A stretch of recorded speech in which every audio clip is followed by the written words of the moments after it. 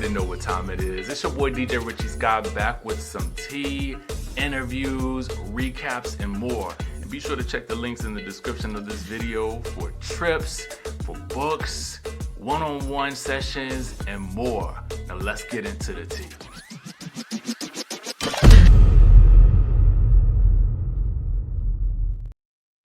So it sounds like we need to talk about the real close friends of Decatur podcast, baby. Yes, the real close friends down to Duluth are back at it with another new episode.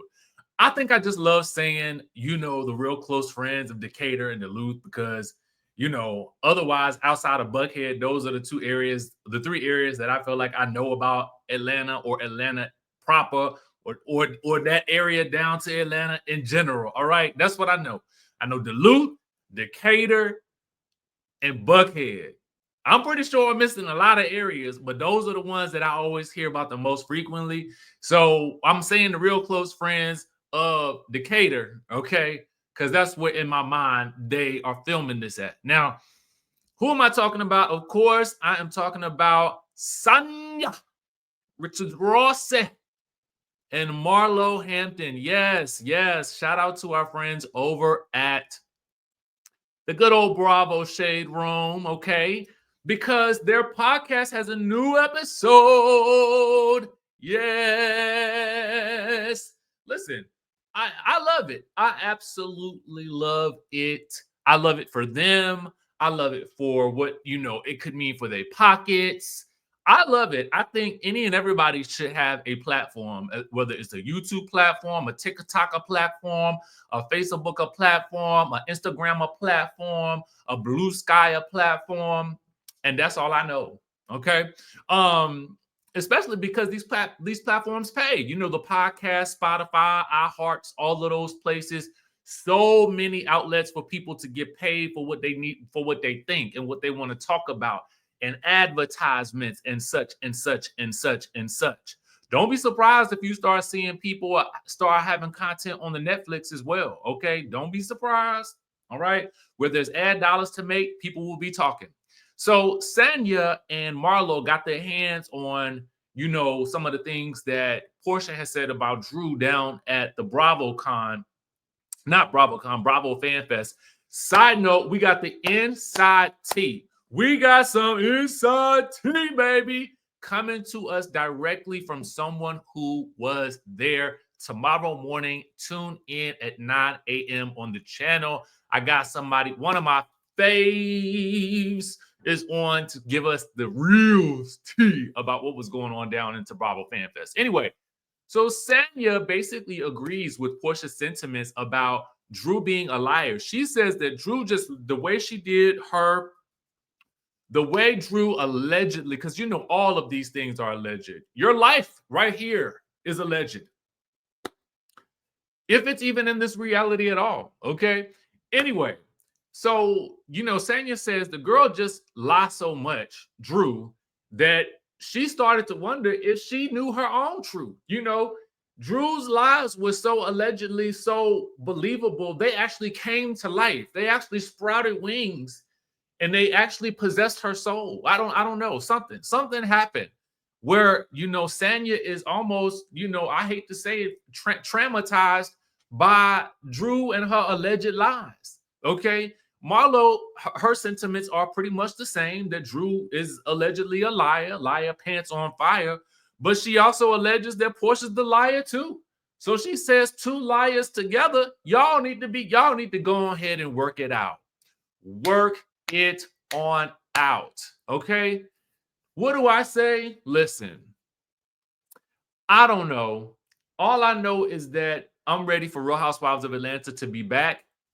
I'm going to be interested to see the commentary from both Sanya and Marlo once the season actually begins. That's when I think the real best friends of Decatur is going to be really, really, really good. That's when it's going to be really, really, really good to hear their commentary on the new girls, on the Kenya situation, or Portia, Shamia, Drew, if Drew is lying, will we see Ralph in the basement? Those types of things I'm ready to see. But it actually does not stop there. They also had some things to say about Portia and Simon. And you know, my name is Simon, and I like to do drawings. I don't know if you guys will remember that. Anyway, so Marlo says she knew Simon's other wife. I guess maybe his first wife. I don't know how many wives he had, has, whatever.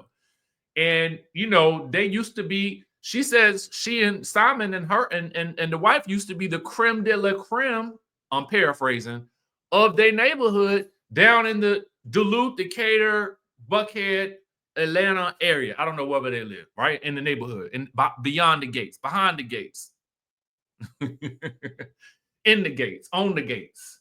They own the gates, right? They built the gates. They are Bill Gates. I don't know. Allegedly. Who knows? Anyway, but she says that, well, she alleges that she knows that Portia married Simon for his money.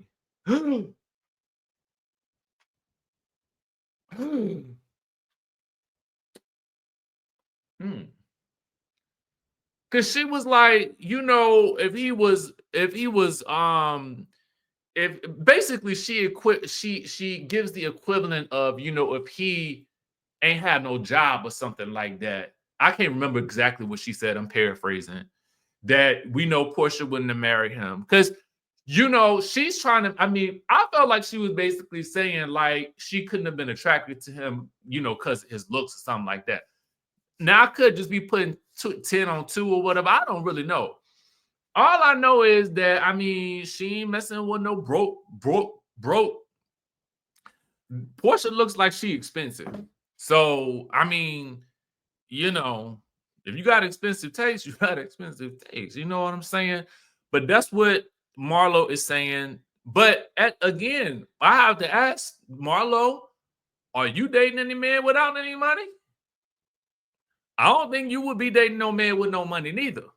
Now, you want to be quite frank about it. And his name might be Frank. I don't know. What I'm saying is, I don't think you dating no man without no money neither. Oh, you know what I'm saying? I don't know. You know. Remember that time Candy asked Marlo where she get her money?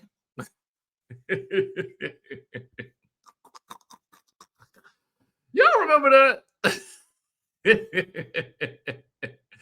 You know who should be getting money though? Mia. Mama Mia. Mia should be getting the money, or at least that's how she feels. According to, shout out to our friends over at the reality chat. We're gonna pull up another story. Reality chat. It was an article. I can't tell where the article is from, but the title of it read, it's my bad. It's meow.com. So shout out to Meow. Yes. Make sure you guys are following, reading, and supporting meow.com, reality chats. So the article states Mia Thornton's love triangle has spiced up an otherwise boring Real Housewives of Potomac season 9. The byline reads, Mia is giving us the love triangle we didn't realize we needed. Viewers of the Real Housewives of Potomac discovered that Gordon, Mia's ex, had attempted to co-parent by moving into the same apartment complex. Now, it appears as though Mia posted this on her IG story and says, can't wait to wrap this up. It's exhausting running a pimp village. Now, this is a take on something that Karen said. The stress of juggling a pimp village. Yeah, y'all remember that? So it looks as though Mia has turned lemons into a pimp village and is now, she needs her coin. She needs her things. Give Mia her things, because I don't think Mia is, you know, about to date no broke neither. So, you know, it don't sound like she want to carry no broke show. So y'all might need to run her things, because she tired of running the village all by herself. Is Mia single-handedly running the pimp village this season, y'all? Let me know in the chatterization. And by that I mean, is she single-handedly carrying the show on her back, in the back of the storyline with the love triangle? Let me know in the chatterization. Let us know. Finally, there's a follow-up on a story that we had discussed, I think it was yesterday, about the reveal from Dr. Heavenly about the plot of it all, the plot to take down Quad. Well, listen, apparently I didn't get too deep into, I just need to go ahead and pay my money and get into her Patreon, because I'll be trying to wait for the clips to come out, but it's like I already gotta pay for all these streaming services. You know what I'm saying? So it'd be like I gotta pay for the streaming services and I gotta pay for the Patreon too. But that's okay, because y'all know what? It's a tax write-off.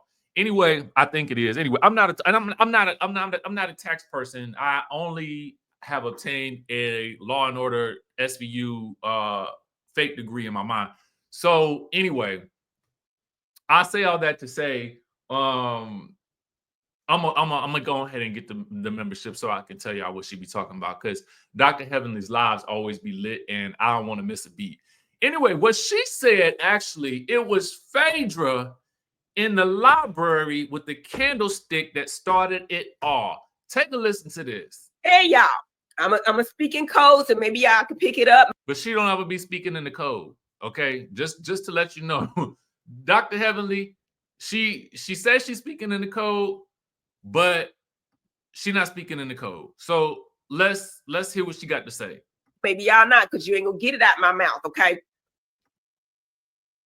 But we about to.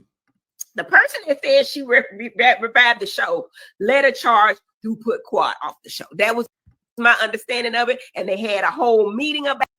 Okay, so we talked about this yesterday. Now, it was allegedly Phaedra who was the mastermind, the villain behind the scenes that masterminded Quad's demise, which is crazy when you think about it, because it was Quad who seemingly wants to take the credit for bringing Phaedra onto the show, for which Phaedra says she revived. Wowzers. Anyway, Sweet Tea got something to say. Sweet Tea says all she do is lie. When she mad at somebody, her whole story will change. She mad because Phaedra won't return her calls, and now you pinning everything on her. I'm so over the foolishness. Ooh. Don't sound like they getting back together as friends anytime soon. Y'all let us know who is the evil genius behind the scenes, master manipulator, the sniper from the side who is controlling the strings on Married to Medicine, organizing the groups. Who's doing it? Okay, let us know in the chat. While you're doing that, make sure you guys subscribe to the channel, hit that notification bell button, and I'm gonna catch you guys, and like this video. Smack that like button, and I'm gonna catch you in the next video. All right. Now that you've watched today's video, let's get into this group trip to Cape Town, South Africa. Yes, y'all, Skye Squad, we are hitting South Africa, and we are hitting it hard. April 10th through the 17th of 2025.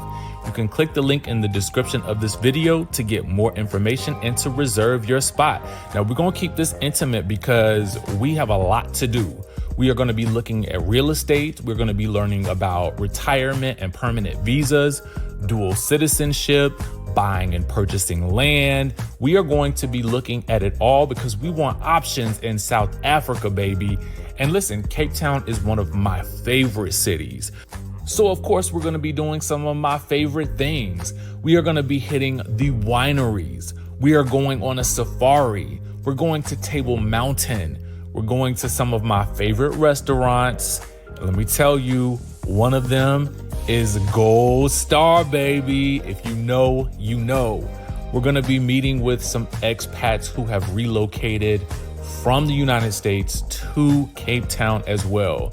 This is going to be a luxury experience, okay? So we're talking doing the absolute most. So if you've ever wanted to go to Cape Town, South Africa, but maybe you didn't have the group to go with, maybe you just didn't have the right people that wanted to go and experience it with you, this is an opportunity for you to come with us. Now, I only have about 10 to 12 spots available. Yes, because again, I'm trying to keep this thing intimate, and I know that what type of experience I want it to be. So get in while you can, y'all.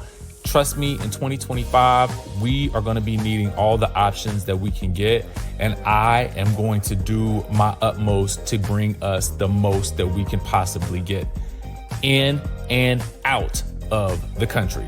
So come with me to South Africa. The group trip is going to be lit April 10th through the 17th. Go ahead and click the link in this description of this video so that you can reserve your spot today. Cape Town, South Africa awaits.